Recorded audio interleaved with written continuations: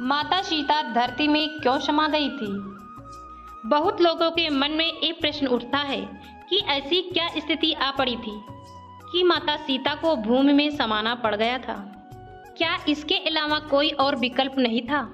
तथा क्या श्री राम इतने कठोर थे कि उन्होंने बार बार माता सीता के चरित्र पर संदेह किया? आज हम आपको इस सभी प्रश्न के उत्तर देंगे तथा बताएंगे कि आखिर में क्यों माता सीता को भूमि में समाना पड़ा था।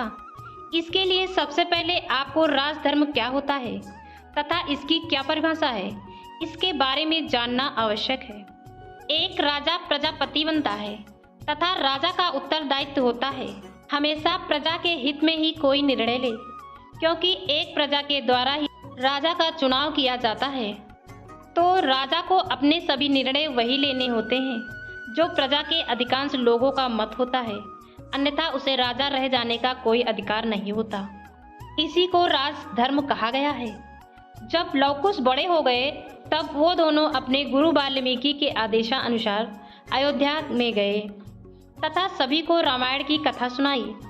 अंत में उन्होंने राज दरबार में स्वयं को श्री राम तथा माता सीता का पुत्र बताया। इसके पश्चात अयोध्या की प्रजा के द्वारा इस पर प्रश्न चिन्ह लगाया गया। श्री राम ने जब यह सुना तो लोकमत को ध्यान में रखकर उन्होंने सीता माता को स्वयं यहाँ आकर इसका प्रमाण देने को कहा तथा अपनी शुद्धता की शपथ लेने का आदेश दिया। माता सीता ने जब सुना तो उसका मन कुटित हो गया। इतने वर्षों से अयोध्या की प्रजा के मत को ध्यान में रखकर वो वन में रह रही थी तथा इसके पश्चात भी उसकी शुद्धता का प्रमाण मांगा जा रहा था। इसलिए उन्होंने इस अपवाद को हमेशा के लिए समाप्त कर देने का निश्चय किया, जिससे आगे कभी ये समस्या खड़ी ही ना हो। जब सीता माता राज दरबार में पहुंची तो वहां सभी के सामने अपनी शुद्धता की शपथ लेने को कहा गया। यह सुनकर सीता माता ने सभी के सामने शपथ ली।